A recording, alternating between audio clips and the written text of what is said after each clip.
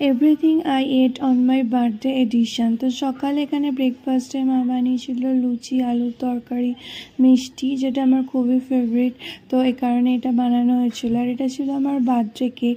আর লাঞ্চের জন্য আমরা গিয়েছিলাম পিটার ক্যাটে। তো এখানে আমি পিটার ক্যাটের ফুড রিভিউ তোমাদের সাথে শেয়ার করব। তো আমরা প্রথমে অর্ডার করেছিলাম এখানে মোহিতো, যেটা খুবই টেস্টি ছিল, ভার্জিন মোহিতো। আর তারপর চিকেন তন্দুরি। তো চিকেন তন্দুরি আমি অনেক জায়গায় খেয়েছি, বাট এর টেস্টটা ছিল পুরো ডিফারেন্ট।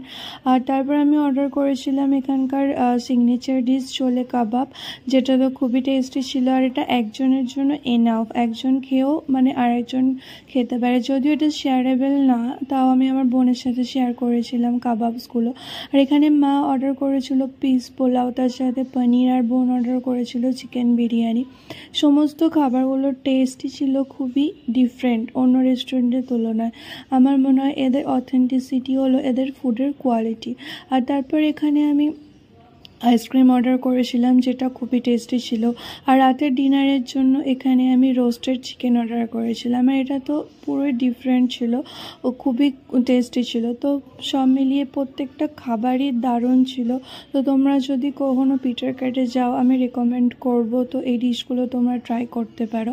তো দ্যাট ওয়াজ প্রিটি ম্যাচিং। ভিডিওটা ভালো লাগলো